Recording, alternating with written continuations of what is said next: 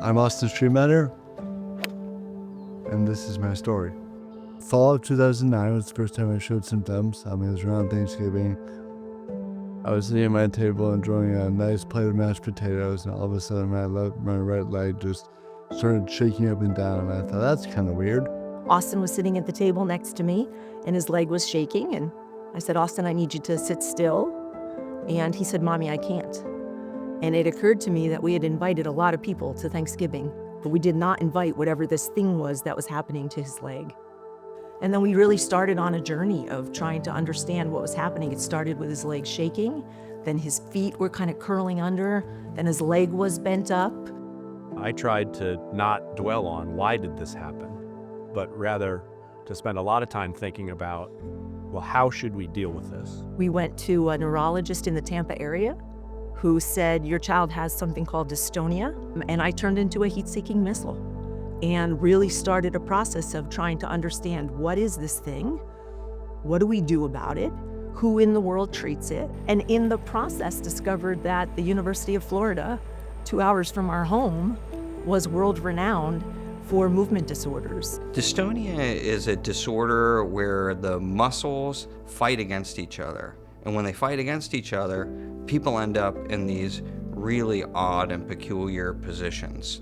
We decided that what we needed to do was to intervene, and how we intervened was we used electricity and a procedure called deep brain stimulation. I think about it, my first thought when I heard that deep brain stimulation was on the table for me was, this is kind of cool.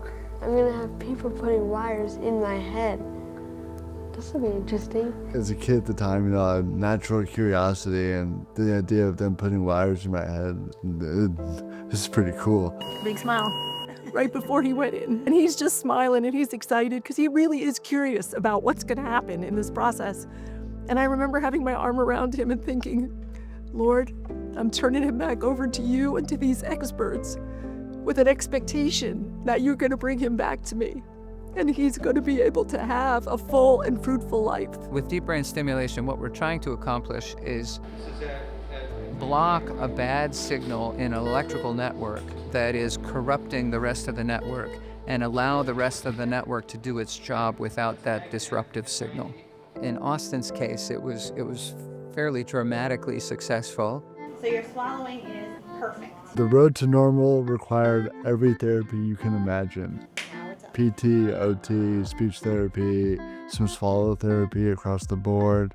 Dystonia is not something for me that I shy away from, or I try and hide. It's an embracing of who I am, because at this point in my life, I was diagnosed in 9, I'm 24 now. It's been in my life for over half my life. But all of us have challenges in life. His are on the outside where you can see them. His choice has always been to deal with it head on, and to accept his reality and control what he can control and move forward and look for a way to help others. So excited! His competitive spirit and his love combined together will cause change in the world, not just for him, but for every person he interacts with. And I am so privileged to be his mom and to watch the journey happen.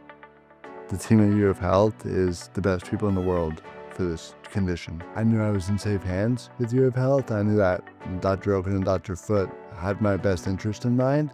And if they said this was the best process, I was in the best place with the best people with the best solution at hand for what was going on.